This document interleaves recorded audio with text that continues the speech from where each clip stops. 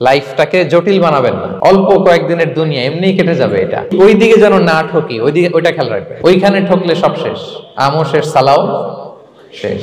ওইখানে যেন ঠকে না যায়, এটা খেয়াল রাখতে হবে। তাহলে প্রথম ফ্যাক্টর হচ্ছে সুখী সমৃদ্ধ জীবনের। Will make our life simple. Simplicity is the কি টু হ্যাপিনেস। আপনি লাইফটাকে সিম্পল করবেন, আপনি হ্যাপি হবেন। রাসূল সাল্লাল্লাহু আলাইহি ওয়াসাল্লামের জীবনের দিকে যদি তাকান, দেখবেন তিনি তাই করেছেন। সুবহানাল্লাহ। সহিহ মুসলিমের একটা হাদিস শোনাই আপনাদেরকে। আম্মা জান আয়েশা রাদিয়াল্লাহু তাআলা আনহা বর্ণনা করেন। তিনি বলেন, একদিন সকালবেলা রাসূল সাল্লাল্লাহু আলাইহি ওয়াসাল্লাম আমার বাসায় আসলেন। ফজর নামাজ পড়ে এসে বলতেছে, আয়েশা, ফজর নামাজ পড়ে আসছি, ব্রেকফাস্ট করার মতো কিছু আছে ঘরে? ইয়া রাসূলুল্লাহ, কিছু নাই। নাই?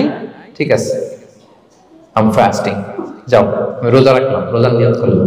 কত ইজি গোয়িং, কত সিম্পল বানিয়েছেন লাইফটা। আচ্ছা, আমরা হলে কি করতাম? একটু মিলাই নিজের সাথে। সাধারণত আমরা যেটা করতাম, আমরা অনেকে রেগে যেতাম। প্রিয় ভাইরা, ঘরে কিছু নাই মানে তুমি আগে জানাবা না আমাকে? হ্যাঁ, গত রাতে বললে তো কিছু নিয়ে আসতে পারতাম। সাধারণত এইভাবেই তো রিয়েক্ট করি আমরা। আগে জানাবা না, কেন আগে বলো না? রেগে যেতাম। অথবা বলতাম, আচ্ছা ঠিক আছে, এখন যে একটা কিছু ব্যবস্থা করি, দেখি কিছু পাওয়া যায় কিনা। এরকম অনেক ওয়ে খুঁজতাম। কিন্তু রাসূল সাল্লাল্লাহু আলাইহি ওয়াসাল্লাম এই কোনো অপশন না নিয়ে বললেন, okay, there is no food for breakfast, I am gonna fast ফাইন্নী সাইম। ঠিক আছে, খাবার যখন নাই, আমি রোজাই রেখে দিলাম। সুবহানাল্লাহ। এভাবে তিনি তার লাইফ লিড করেছেন। Make your life simple, you will be happy.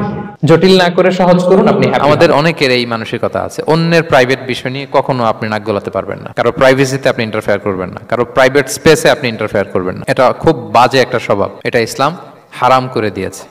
আমাদের অনেকের মধ্যে আছে খুঁটে খুঁটে, ভাই এটা কি, ওইটা কি করছেন, সরকারি চাকরি না প্রাইভেট চাকরি, বেতন কত, বয়স কত, ওইটা কত, ওইটা কত, হাবি যাবি, এটা তার ইটস নট হিজ বিজনেস। তারপর মানুষ খুঁচিয়ে খুঁচিয়ে নিঃসন্তান দম্পতি আমি দেখেছি, তাদেরকে পেলে অনেকে, ভাই কি সমস্যা, কয় বছর হইল, বাচ্চা নিচ্ছেন না কেন, কবে হবে, কার সমস্যা?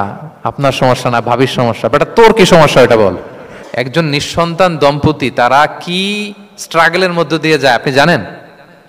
এটা তার জন্য পরীক্ষা। ওই পরীক্ষার মধ্যে আপনি খুঁচিয়ে খুঁচিয়ে, মানে সে kind of he is a gynaecologist, treatment দিচ্ছে, ভাই কি হয়েছে, এইটা ওইটা, তাদেরকে বিব্রত করে একটা পরিস্থিতিতে ফেলা, এম্বারাসিং একটা সিচুয়েশনে ফেলা, এটা হারাম। এই ম্যানারগুলো ইসলাম আমাদেরকে ধরে ধরে শেখায় যে এটা তোমার বিজনেস নিষেধ ইসলামে।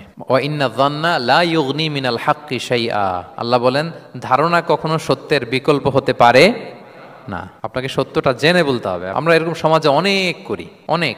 আপনি পাবেন, ধরেন যে আপনাকে আপনার এক বন্ধু দেখলো, রিক্সা দিয়ে যাচ্ছেন, আপনার পাশে এক নারী বসা, তো সে অনেক কিছু খারাপ ধারণা করতে পারে।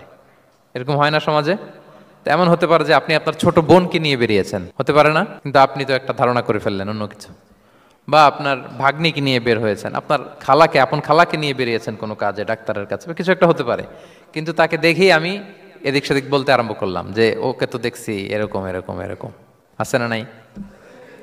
আমাদের সমাজে আমি দেখেছি যে কারো যদি ঠোঁট কালো হয়, তো মানুষ ধারণা করে নেয় লোকটা মনে হয় সিগারেট খায়।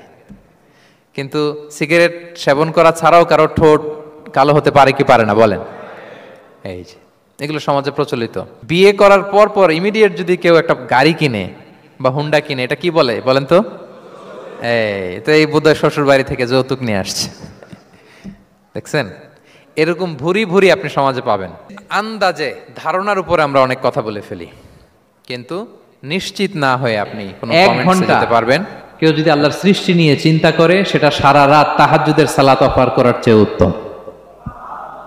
আমরা অনেকে মনে করি শুধু তাসবিহ পড়াই ইবাদত, জিকির করাই ইবাদত, শুধু কোরআন তেলাওয়াতই মনে হয় ইবাদত, শুধু কিয়ামুল লাইল করা ইবাদত। কিন্তু বিশ্বনবীর সাহাবী, যিনি ইসলাম আমাদের চেয়ে ঢের বেশি বুঝেছেন, তিনি বলেন আল্লাহর এই সৃষ্টি শৈলী, এই সৃষ্টি নৈপুণ্য নিয়ে 1 ঘন্টা চিন্তা করা, ক্রিটিক্যাল থিঙ্কিং করা, সারা রাত নফল তাহাজ্জুদের চেয়েও সেরা। কাসরাতুস সাদাকা, দান করলে রিজিকে বারাকা আসে। আল্লাহ তাআলা বলেন, ওয়ামা আনফাকতুম মিন শাইইন ফাহুয়া ইউখলিফু ওয়া হুয়া খায়রুর রাসিকিন। যে দান করলে যে ঘাটতি হয়, আল্লাহ তাআলা এই ঘাটতিটাকে রিপ্লেস করে দেয়। বিষ্ণু সাল্লাল্লাহু আলাইহি ওয়াসাল্লাম বলেছেন, মা নাকাসা মালু আবদিন মিন সাদাকা। চ্যারিটি করলে, দান করলে আল্লাহ তার সম্পদ কখনো কমায় না। প্রতিদিন সকালবেলা দুজন ফেরেশতা নেমে বলতে থাকে, আল্লাহুম্মা আ'তি মুনফিকান খালাফা, আল্লাহুম্মা আ'তি মুমসিকান চালাফা। ফেরেশতা দুজন বলে, আল্লাহ যে দান করলো, দানের কারণে যে ঘাটতিটা হলো, এটা তুমি মেক আপ করে দাও, এটা তোমার পক্ষ থেকে বারাকা দিয়ে রিপ্লেস করে দাও। আর যে ধরে রাখলো, কৃপণতা করলো, ওর সম্পদকে আল্লাহ তুমি ধ্বংস করে দাও।